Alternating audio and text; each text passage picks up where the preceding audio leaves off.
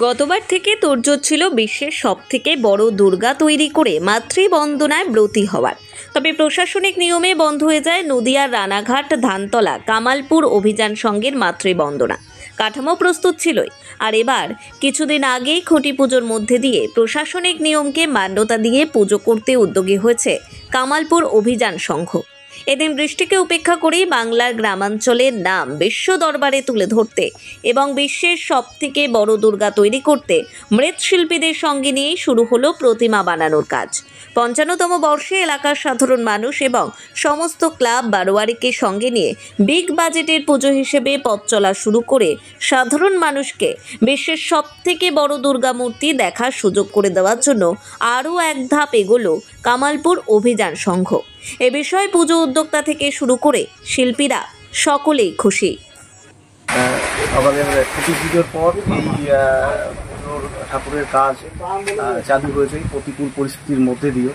যেভাবে এই প্রতিকূল পরিস্থিতি তৈরি হয়েছে আবহাওয়ার, তার মধ্যে দিয়েও আমাদের শিল্পীরা সব একদম কাজ করে যাচ্ছে এর মাঝখানে। এবছর তো আমাদের গত বছরের পুজোটাই এটা রেডি করার একটা, যেটা গত বছর হয়নি, এবছর সেইটা হওয়া নিয়ে একটা মানুষের মধ্যে দারুণ উদ্দীপনার কাজ করছে। এবং আমাদের এই মুহূর্তে একটা বিগ বাজেটের পুজো এটা বললে সব দিকে সামনে এটা একটা প্রতিকূল পরিস্থিতির মধ্যেও তাও কাজবাজ যারা আছে শিল্পীরা চালাচ্ছে। আমাদের এখানে শিল্পীরা আছে সব বড় দুর্গা আর্ট ভিলেজের যে শিল্পীরা আছে, তো তারাই এই বলো। আমরা ভীষণ আনন্দিত যে আমরা নতুন করে আবার কাজ ভীষণ ভীষণ ভীষণ আনন্দিত। এই যে আমার দাদু রয়েছে, দাদু তুমি কিছু বলো, তোমার কেমন লাগছে? আমাদের আগামী গত যে বছরটা গেল আমরা তো পুজো করতে পারিনি, তা আমরা সরকারের কাছে আবেদন জানাই যে এবার যেন আমাদের মনের বাসনা পূর্ণ হয়।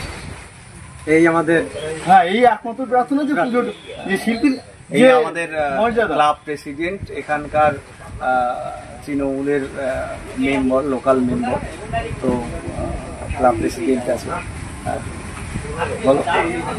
আমি আর কি বলবো, আমাদের হচ্ছে গত বছর যে পুজোটা আমরা করতে পারি নাই, সেই পুজোটা না করার জন্য আমি ক্লাব প্রেসিডেন্ট হলেও পরে মোটামুটি আমি যে টিএমসির মেম্বার, আমি ভীষণ চাপের ভিতরে আছি।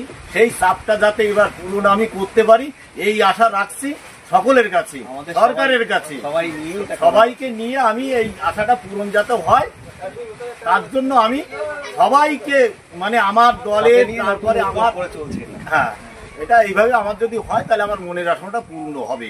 আমার গ্রামবাসী মিলে সবাই